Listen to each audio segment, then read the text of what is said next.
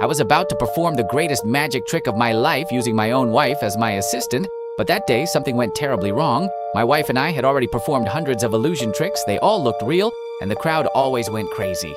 That night I put a white tape over her mouth to make it even more convincing that it was real.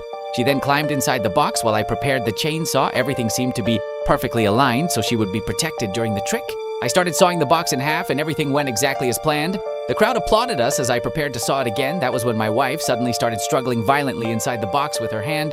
At that moment, I thought she was just acting. She desperately banged on the structure trying to get my attention, but I thought it was part of the performance. Her head was out of the correct position and was no longer inside the compartment that was supposed to protect her from the chainsaw blade.